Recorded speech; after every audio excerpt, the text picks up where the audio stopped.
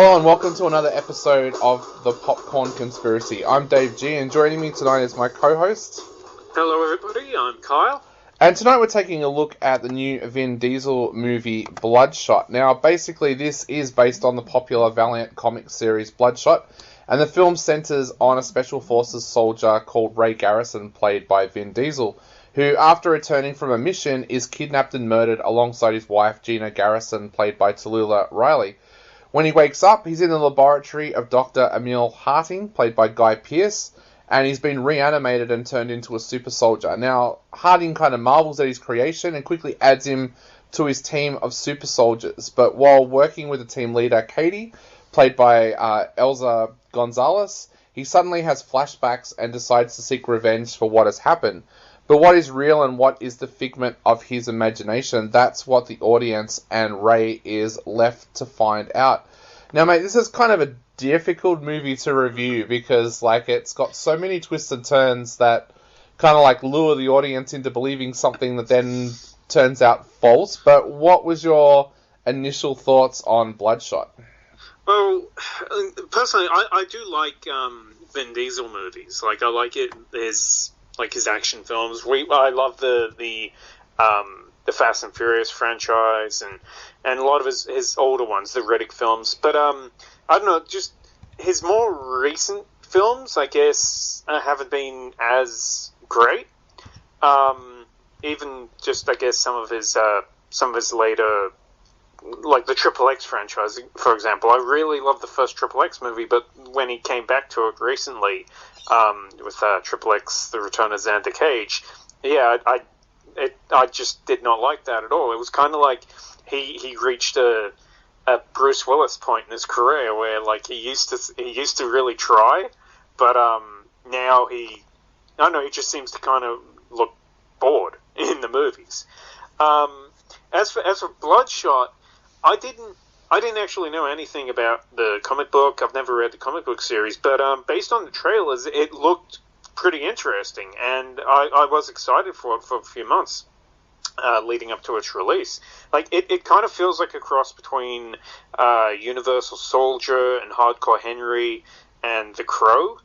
All these different movies, just little elements here and there of a kind of a super soldier who is woken up and has this magnificent ability to heal, which kind of makes him a non-stop killing machine. But perhaps he's being controlled by someone and not being told the full truth of his origins.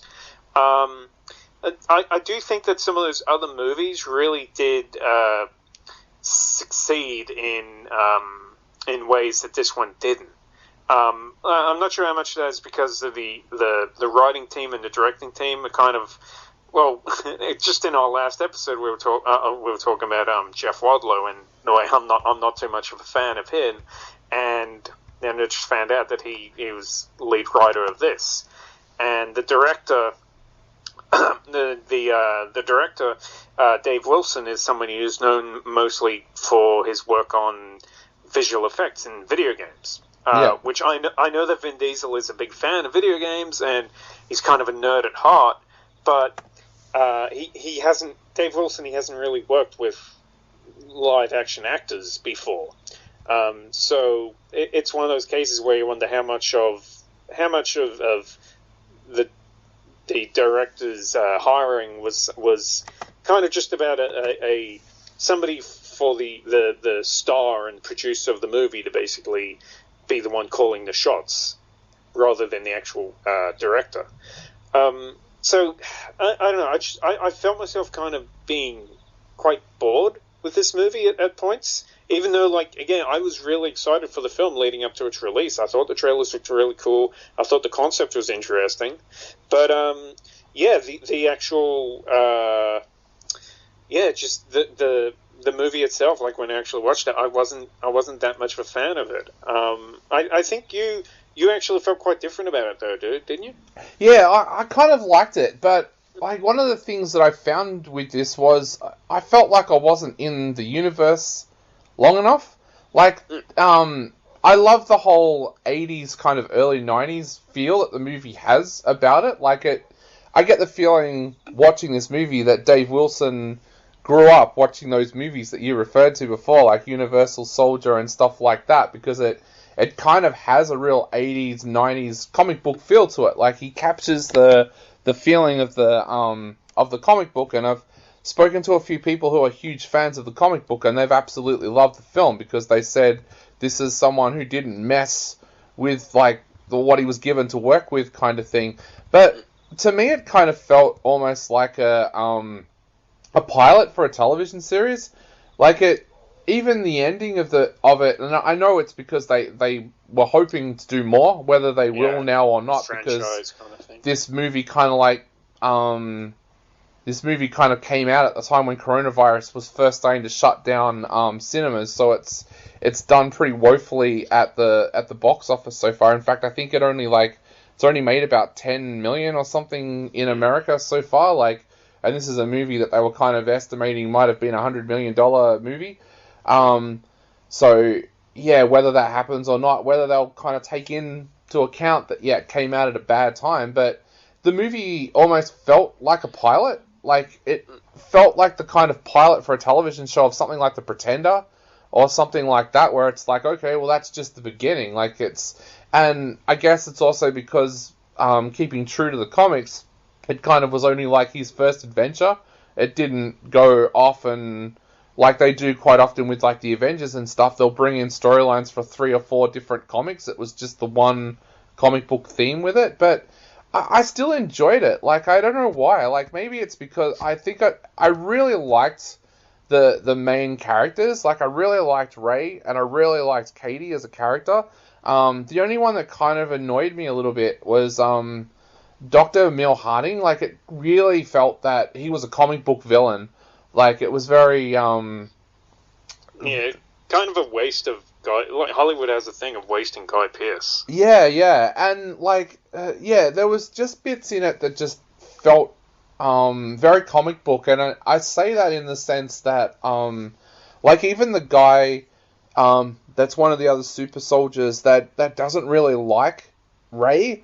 It's like there's no kind of setup for the reason why. It's just kind of oh, well, we need another person that's kind of like gonna do the work of the Doctor, so let's make this guy do it. And yeah, like, everything is very black and white in this film. There's no grey. Like, there's never a point where it's like, it feels like, oh, actually Ray's going to, like, turn them all against the Doctor or anything like that. It just feels very black and white. Like, everyone's kind of, this is my path and I'm sticking to it, I'm not going to change, kind of thing.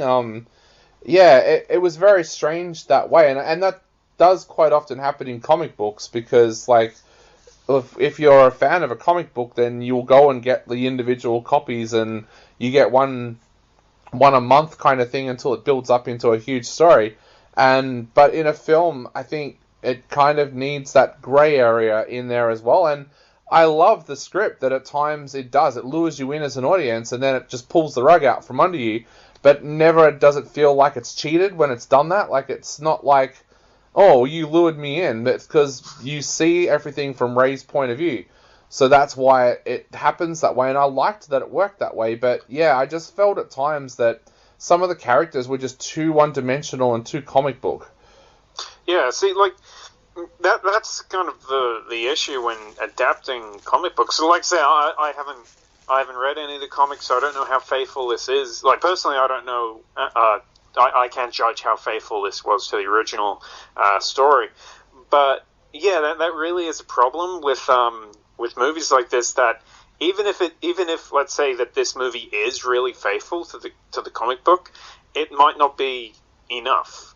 Like, when adapting it to a film, you've really got to kind of take the characters and take the story and kind of do your own thing to make it work as a film. It's kind of the same problem with adapting a book or anything really. You can't just take what's on the page and put it straight onto the film and assume that's going to work. Like, a lot of my favorite adaptations of books are stories that they have completely changed the story from the original, from the written word. Of course, then again, some of my favorites are when they're almost one-for-one adaptations. But yeah, I mean, here personally, I thought that the story here was really simple. As you say, the characters and their twists and what's going on. Like, I thought the story was really simple. There's only really one major twist in the story, and it kind of happens halfway through the movie, pretty early on in the movie, and I think it's pretty obvious, but even worse than that is that the twist is something that's really spoiled in the trailers. I mean, it's not just something that's spoiled in the trailers, it's something that the trailers primarily focused on, as to a point that when, like we've talked about movies in the past, the characters stuck in a time loop movies, like Edge of Tomorrow or Happy Death Day, Groundhog Day type movies. Like, it's almost a genre of its own. And yeah, with this, the trailers fully focused on that part of the movie, that idea, and that made me think, oh, okay, that's what this movie's going to be about. Which, like I said, that concept is something that's been done a whole bunch of times, but it gets done in. It's interesting to see what different storytellers can do with basically the whole Groundhog Day concept. But yeah, this movie, like, it could have really focused on that. The movie itself kind of acts like you're not supposed to know that. Like, that you're not really supposed to pick that this guy's kind of being woken up for the first time over and over again. Yeah. And, but, like I said, for one, it's kind of obvious, but for another, the trailers really spoiled that, and I think that actually would have been an interesting way to take the movie. Something that would have been an interesting story to really focus on that as the character slowly realizing that he's being lied to. But in here, once you kind of find out about that lie, I didn't think there was really anything else after that to really grab your attention. It was just basically, nope, he's being lied to, and everybody else is in on it, pretty much. I do have some. I don't know. There were some other things in the movie that I thought could have been interesting, like if they had gone with that idea. But I don't know. What did you think of that major twist, I guess? Yeah, that's what I was kind of alluding to before. Like, I liked that it kind of like pulls the rug out from underneath the audience, and like I said, we've talked in the past about how some movies do that, and they do it in such a way where it's like, haha, we never gave you any clues at all. But like the clues are here in this film if you have like spotted them and kind of gone along with it, and I kind of liked that. But yeah, that's where I think the movie after that becomes very cliched, because then it becomes very much of a then, oh well, now they're going to try and shut him down because he's figured it out kind of thing.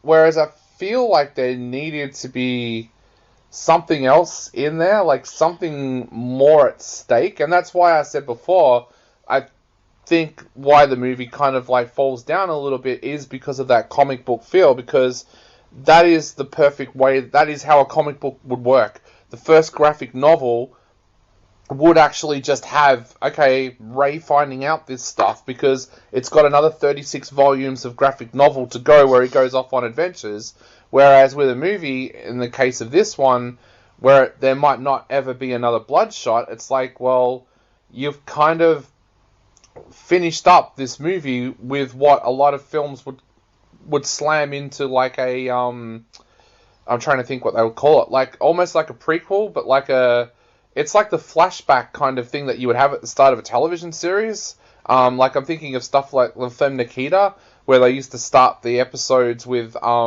Nikita was a criminal, but she wasn't. And like that kind of thing. Like, this is what this movie would be that pilot episode of a television series where that stuff is then expanded on every week. But it's not with a movie, and that's why I kind of think like it almost needs